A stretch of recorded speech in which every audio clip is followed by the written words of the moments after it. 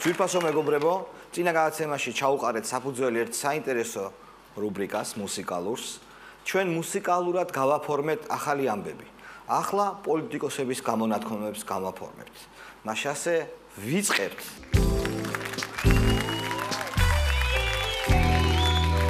მე შეუძლია ვიფიქროთ და ეს რომ ეს რომ თბილისის მერი აუცილებლად თბილისელი უნდა იყოს, თუმცა არ დაგვაუწეს რომ თბილისი არის საქართველოს დედაქალაქი.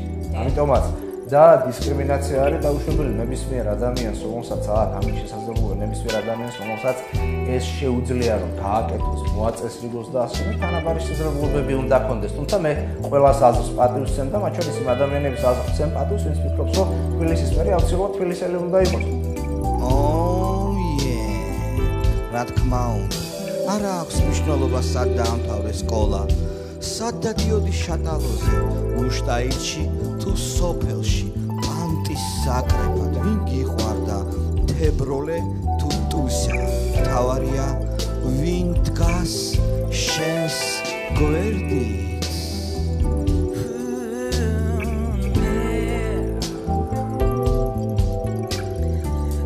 საქმე მოგვემანია ხებს ჩვენ თვითონ დავრგავთ დარმანია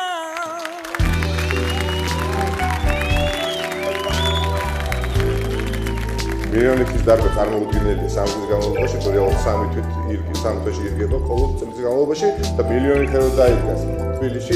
თბილისი უნდა იქცეს დღეით, ხო? და ამ დღეში ამორჩეულობა გადაწყვიტოს, მელია უფრო კარგი მენეჯერი იქნება და გარმართება. რამაგრად იხუმრე მელია. ესე იგი, შენ თავს კარგ მენეჯერს უწოდებ. მოდი ვნახოთ, როგორი მენეჯერია მელია. რას აკეთებს მელია? დღეში დაარბის და სუნსულობს, ბარტყებს იპარავს და საკათმეში იპარება მელია.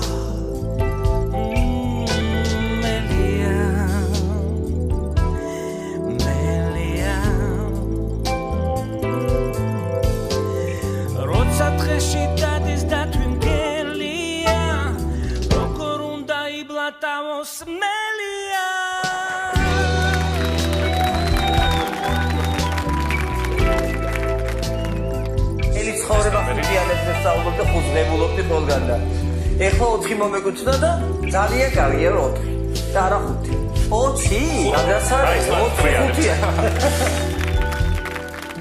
არა ქალბატონო ასმას არა უშავს რომ შეგეშალოთ რა მნიშვნელობა აქვს რანორი წააგებთ 4-ით თუ 20-ით ბოლოს და ბოლოს თქვენ ხომ ჭრიჭინას უბადლო შესრულებელი ხართ თუ ის ლეილა აბაშიძე იყო